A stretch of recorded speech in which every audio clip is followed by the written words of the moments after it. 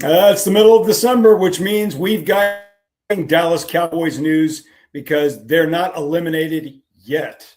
Welcome to another episode of Cowboys Overtime here on StarTelegram.com.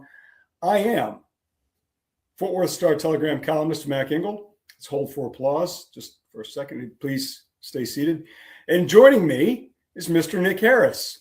Nick, you've been doing this for a while now, and I've noticed in the intro, our intrepid producer, Candy Bolden, has not included you in the intro video yet. It's just me. As long as my face is on the little, hey, I'm here, just so we can expect. And it's not Clarence. As long as it's not Clarence, we're all right. Yeah, that's a win. That would be that would be great if it was still Clarence on that. Candy, get on that. Come on. I don't want to have to call Linda about this and be like, what is she doing? Nick, we know what the Cowboys are doing. They're playing for their playoff lives, back against the walls, and all of those cliches that we love in December when we talk about the NFL schedule, because against all logic, the Cowboys are indeed still alive thanks to their brothers and the Positivity Bunny in Philadelphia. The Eagles can no longer win football games. Apparently, their Super Bowl MVP quarterback, Jalen Hurts, now no longer can play the position, and they can't win games. The Eagles have gone out and lost yet again, this time on Monday night by turning the ball over in an overtime loss against the Chargers. Now, the Cowboys are still in it. Nick, I know everybody's got playoff calculators. The Cowboys are still in it. How did they get here? Well, I mean, winning the 3 games right out of the bye week certainly put this on the stratosphere, put this on the horizon, if you will. Mm-hmm. And now we are here in December and 4 games to go. And yes, there is a somewhat realistic chance to see them squeak in. As of today, as we sit here today, as we record on December 11th, the odds are 12%. So not very high. So 1% for every month that we have gone into this year. However, I think this is probably the path that Cowboys fans would look at, and I think this is probably the rightful path to look at. If the Cowboys were to win out, so they have 4 games remaining, home against the Vikings, home against the Chargers, at Commanders, at Giants. These are 4 games that they are expected to be favored in. The Chargers game might be closer to a pick 'em, but these 4 games should be 4 games that they are favored in. If they win just off that, they have a 54% chance of making the playoffs. So it's a toss-up at that point. A little bit better than a toss-up at that point. Yeah. What you would need to happen is you would need the Eagles to lose 2 games. The Eagles, the rest of their way, they have home against the Las Vegas Raiders. They travel to take on the Washington Commanders. Then they travel to take on the Buffalo Bills. And then they come back home to take on the Washington Commanders. So the Bills game is going to be tricky. The Bills, you never know what version of the Bills you're going to get every week. I will say that. But that is certainly one to take a look at. Also, playing the Commanders twice in 3 weeks, it can be a little tricky in a division game. So, do you think Washington can win one of those? Oh, yeah, absolutely. They have the talent to do it. Now, they're riding an 8-game losing streak right now. Their injuries have just decimated that entire roster. Yeah. But if not having the quarterback, and I will say the quarterback hasn't really been the issue. I feel like Mariota has been fantastic, honestly. Well, how do you say his name? Mariota? Mariota. Chris Collinsworth got that right. It's amazing to me when I've watched them play a few times, because they've had some nationally televised games because of how well they played last season. They got some primetime slots. And I've watched them, and I'm like, they're not that bad. Like, you watch certain teams, especially by this time of year, Nick, and the bad teams are really bad, right? Yeah. You look at the Giants, they're really bad. And when I've watched Washington, I'm like, they're actually not terrible. Exactly. And I thought my in terms of, like, you talk about a path, right? Candy, throw up that new image. The path to me is Philadelphia has to be in a complete free fall. Yeah. And I'm not so sure if they're not. I mean, it's Philadelphia. It's always tricky. But the stuff that I'm reading and hearing about that team now, that's not a Super Bowl winning team by any stretch of the imagination. It sounds to me like the coach barely has the locker room, and there are serious issues with the quarterback. So to me, The path is Philadelphia has to completely implode. And 2 weeks ago, and I'm like, they're not going to implode. There's too many good pros in that locker room. And now, after watching that Chargers game, the way they lost and the way that quarterback played, there's a chance there that we may be watching that. What do you think? I would implore you to watch the first episode of the Hard Knocks that has been released over the course of the last couple of weeks in season with the NFC East, and they take a kind of behind the scenes look at all four teams and what's been going on. The first episode is fascinating when you look at the Eagles' perspective. I had a perception of what I thought the Eagles' lost perceptions. I think were what's the word I'm looking for? We're backed up, and there were other parts where I was like, okay, that I find that a bit fascinating. The part that was backed up is I don't feel like Jalen Hurts is the leader that maybe he comes across as, or is how the Eagles organization wants to put him and put him forth as. Just because when he makes mistakes, and he made mistakes, what was it, 2 games ago that they lost a game. Chicago. Thank you so much. Yeah. And he had a turnover, and he goes to the sideline. He's like, yeah, that's on me. And he's getting like no response. And it's just strange. The energy is strange there. And when Nick Sirianni is talking and he brings in Brandon Graham, that wasn't about on the field stuff. You see Brandon Graham immediately trying to revitalize the culture around everybody and get everybody back bought in. And that Brandon Graham edition was way more about getting that locker room back together than it was adding an extra piece to their defensive line. And you saw that in that first episode. I thought that was fascinating. But you look at this past game where Jalen Hurts alone has 5 turnovers, 2 on one play, which is just bonkers. I don't even know. That was incredible. It's unreal. As a fantasy, you have to be just awfully. I hadn't thought about that. But overall, it's fascinating to look at because it's very reminiscent of what happened in 2023 when they finished 1-5 down the stretch. Yeah. Now their one this time around should be the Las Vegas Raiders, but you kind of look around and you're like, man, I don't know. But back to the Commanders' point. What team do you think is better right now, the Denver Broncos or the Philadelphia Eagles? It's funny you should say that. When I look at Philadelphia, to me, that's one of the top 3 most talented teams in football. Yeah. Talented teams. Yeah. I was not sold on Sean Payton leaving New Orleans, going to Denver, and the success that he had there translating in Denver, only because he didn't have Drew Brees. And I was a little iffy on Bo Nix. And you can dissect Denver pretty good. And Denver has the look of one of those teams that is going to have a great regular season and then just not do it in the playoffs. Yeah. We see that all the time. But the AFC is so shaky and unpredictable. But I would say right now, talent-wise, it's not even close, Philadelphia. On the ability to execute a game, not beat yourself and win, it's not even close. It's exactly. Denver's running away with that. And a lot of success in sports, and specifically the NFL, is can you just not beat – if you're going to eliminate mistakes and just not beat yourself, you can probably stay in a lot of games. Well, they're winning games that way. The point I'd make out of that is the Commanders were a 2-point conversion away from beating Denver just a couple of weeks ago. Probably should have beat Denver in that game. Yeah, they should have. And Denver's had a lot of Denver's had a lot of those games this season where you would come away with some, boy, gee whiz, such and such should have beat them. Now Dallas, they blew Dallas out. Yeah. But there's a lot of those games Denver's played where you're like, I don't know about that. They probably should have lost that one. They got away with it. The thing about it, though, and it's funny, I've been asked this a couple of times, like, all right, gun to your head, do the Cowboys make the playoffs? I think you even asked me that last week, and I was like, nah, I don't think so. But specifically this week, because the path is still legitimately the same. You just need the Eagles to lose 2-4 instead of 2-5.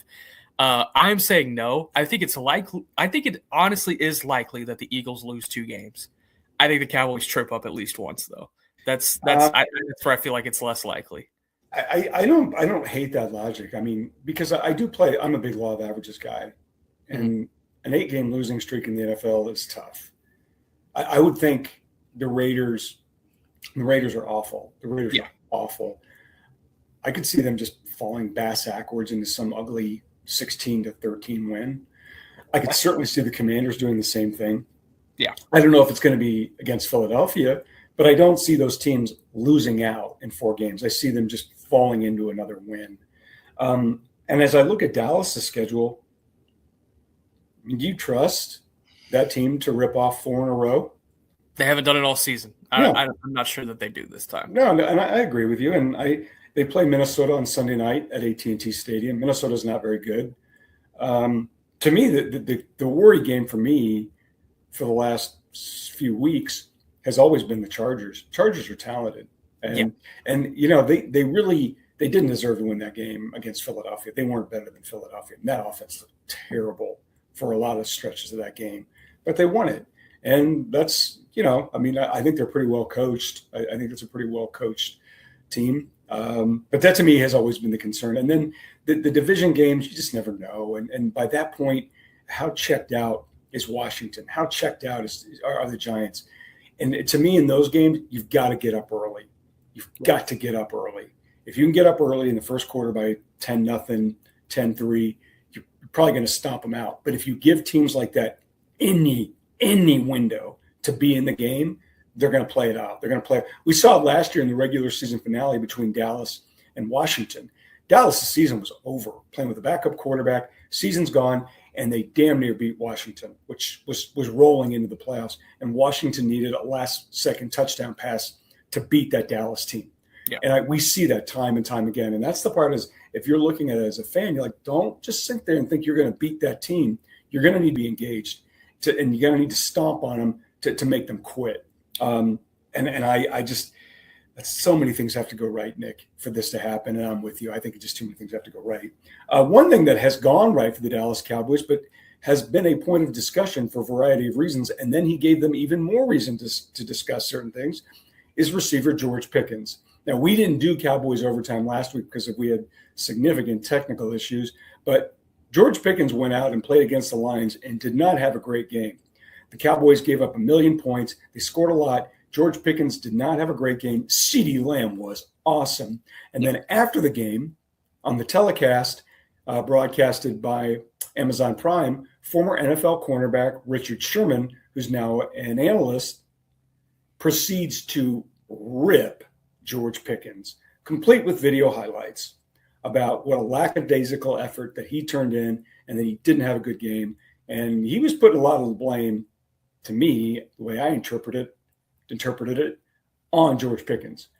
George Pickens then proceeds to go to social media and put together an essay that I'm not sure would have graded above a C for an English class, where he rips Richard Sherman with colorful language. Brian Schottenheimer says, yeah, then he takes it down later because, hey, you were deleted, no one will ever see it again.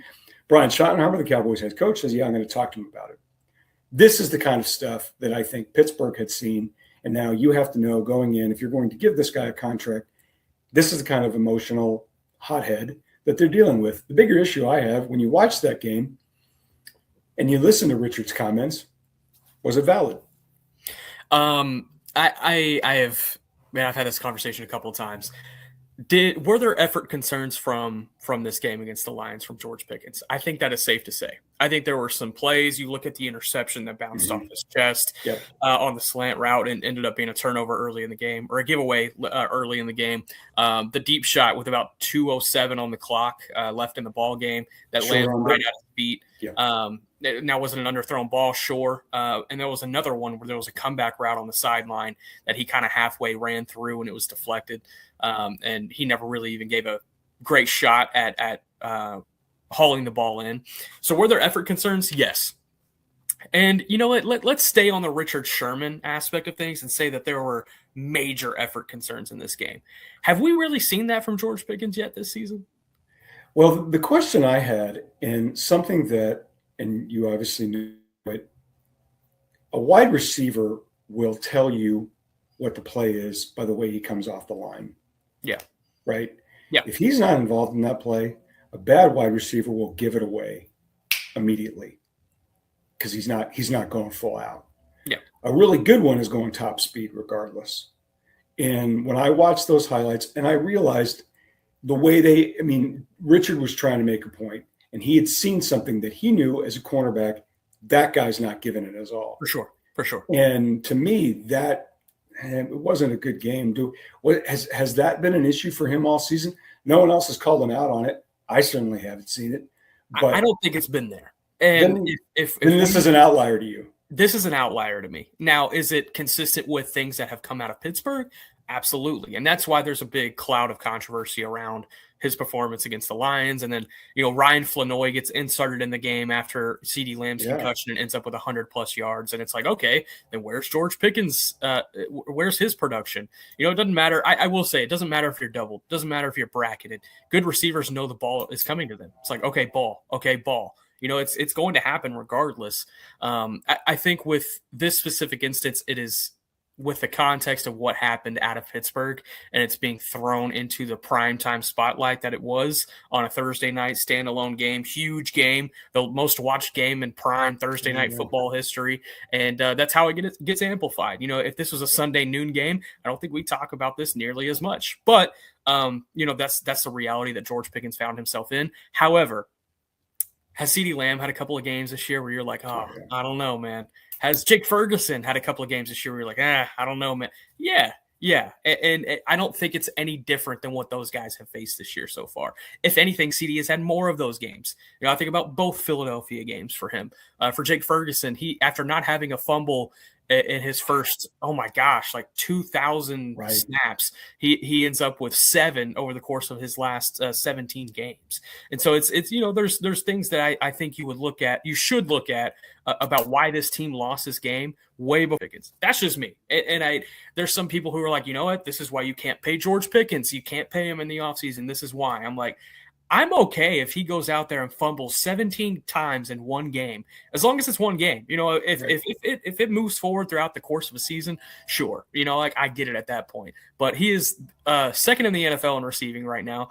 He's top 5 in almost every receiving category. He's on pace to be a first-team All-Pro. I'm okay with this. I am completely. What's funny? The only part of it, if you wanted to go cut up a guy's film and however many snaps in a regular season, especially a receiver, you can probably find tape that's not great, right? Yeah, absolutely. For anybody. 17 games, however many snaps, you can find tape like, it's not good. The problem for George is Pittsburgh traded him for a reason. Mm-hmm. He was a second-round pick for a reason. And to me, my bigger issue isn't necessarily that film, which wasn't great, on Thursday against Detroit. It was the reaction that he had after the game.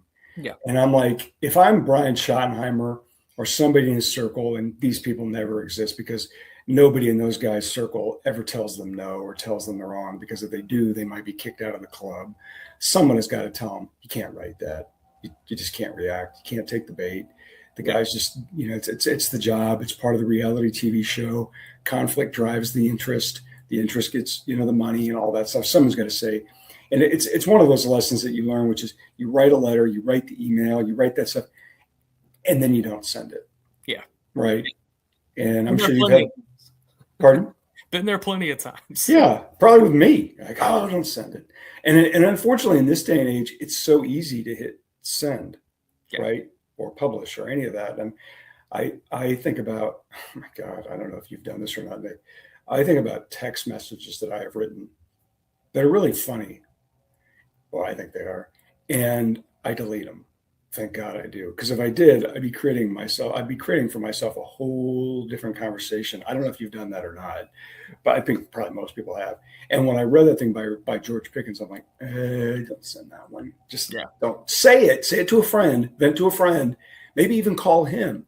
Just don't put it out there in the ether, because we're going to kill it. And that's the part where I hope Brian Schottenheimer, had that discussion with him. Like, I get it. You can't take the bait on that. One thing that, moving on in regards to what we saw in Detroit, that certainly applies to the rest of the season, is a defense that I don't know what happened. In the 3 games immediately after the trade deadline, when they picked up Quinnen Williams and Logan Wilson, and then the return of DeMarvion Overshown, this defense looked really, really good. And then against Detroit, the old bad defense came back. The one development from this that that I don't understand, and I hope you can shed some light on it, is they traded for Logan Wilson. And this is not the same Logan Wilson of 2 years ago in Cincinnati.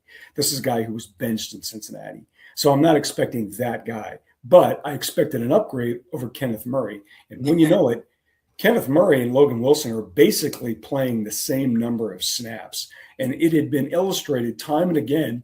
One of the big issues with this defense was its linebackers, and specifically Kenneth Murray.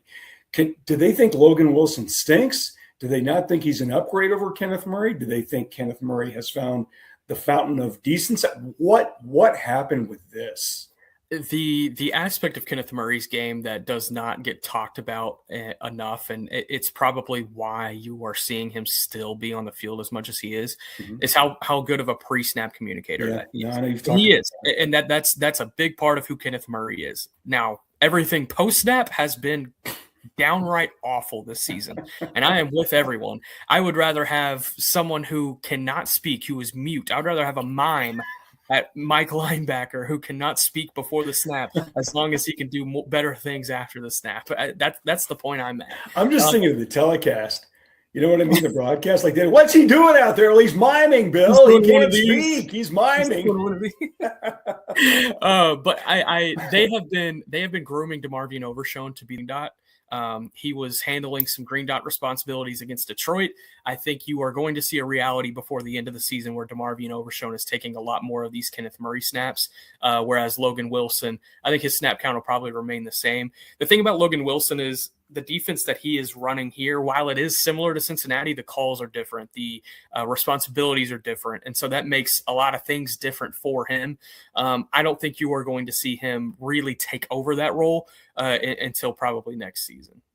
So along those same lines about players coming back, it is becoming increasingly obvious one particular player is not coming back. And you wrote about it in the Star Telegram, a nice piece about the current status of Pro Bowl cornerback Trayvon Diggs and this continued descent to his release. Trayvon Diggs has been out since suffering concussion at home. No word exactly what happened, but he hasn't played. This is now going on 6-7 weeks.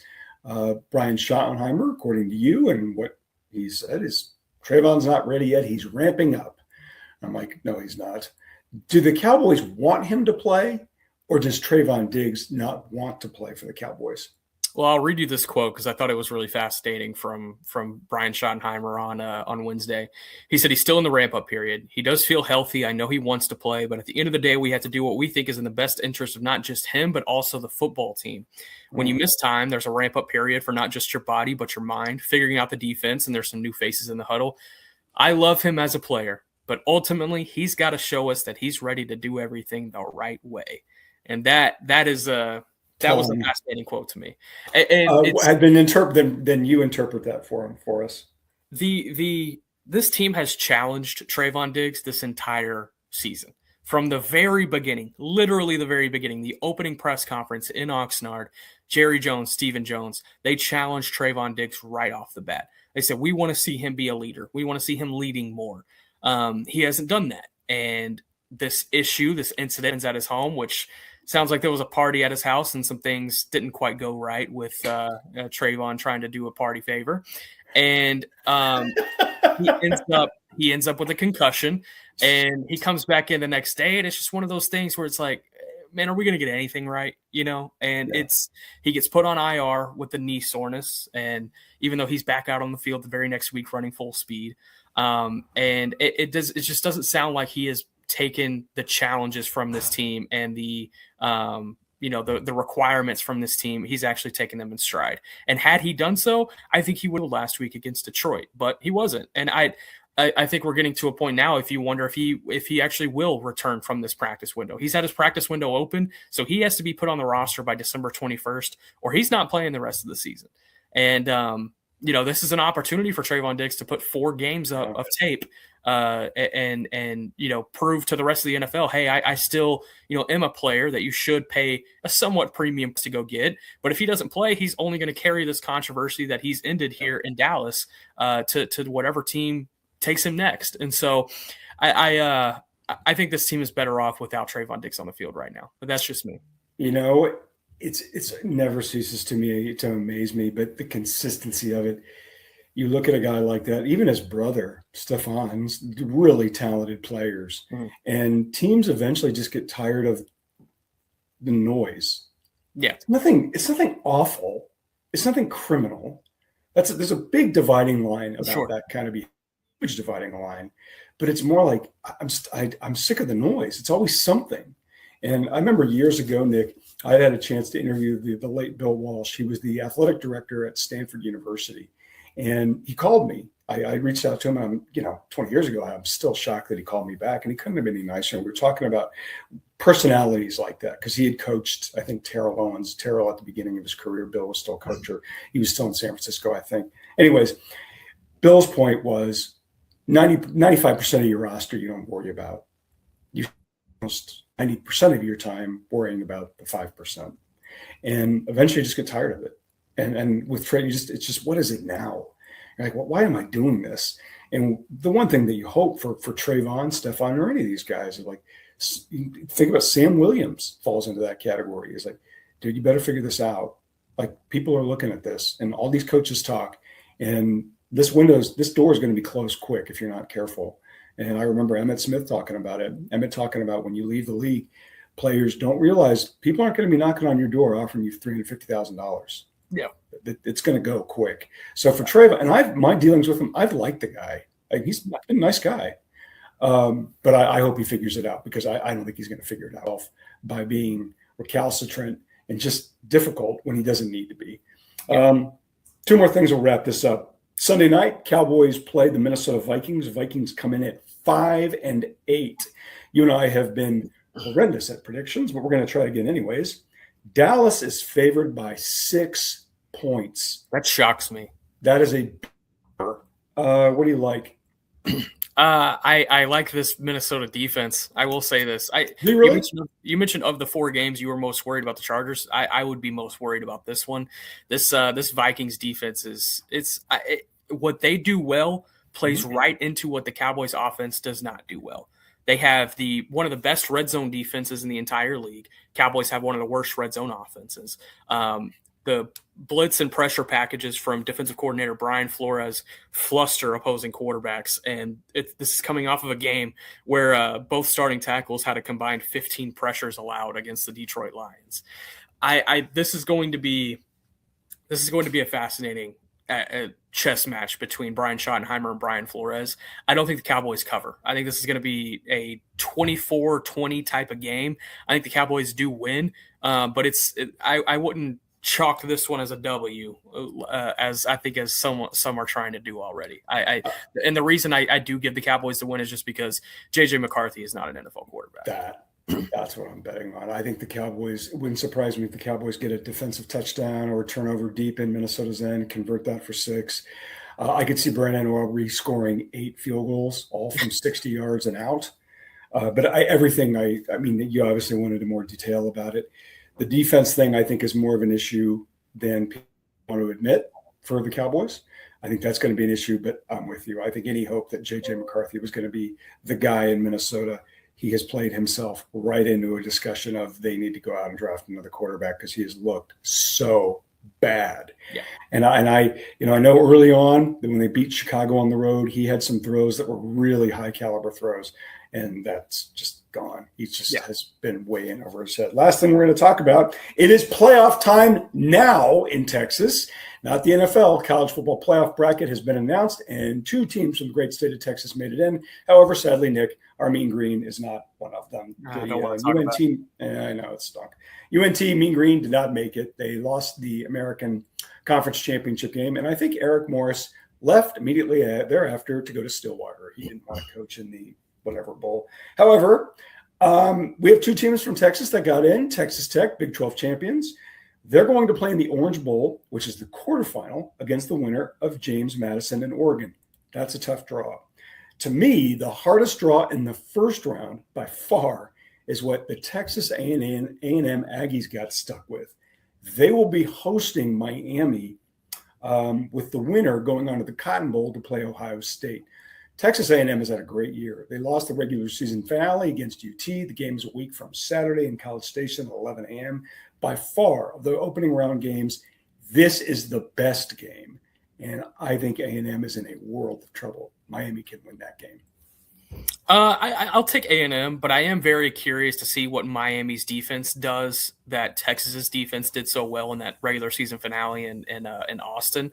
They basically said, hey, we're going to make Marcel Reed throw the ball. And if he throws the ball and beats us, we're okay with that. But we're going to make him throw the ball. And they sent 3-4 pass rushers most of the game. They said, hey, throw this football. And they ended up winning the game because of it. Got a couple of interceptions on Marcel Reed, and that was all she wrote. This game being in College Station heavily benefits the Aggies. I think A&M wins this one, but it's going to be fascinating. A&M, like you said, not an easy draw because even if they do get through Miami, they got to play Ohio State here in DFW at Arlington. So it's going to be fascinating. I am really excited to see this Texas Tech run, though. I think Texas Tech Oregon has the potential to be one of the better playoff games of this entire season. I think it's going to be fantastic. I am really excited about watching that too. Texas Tech really impressed me. Jacob Rodriguez, the linebacker, is a terrific player. I know he didn't get invited to New York as a finalist for the Heisman Trophy. I'm really disappointed about that because I thought he did. I don't know about winning it, but I certainly thought he deserved to be there. And I asked the question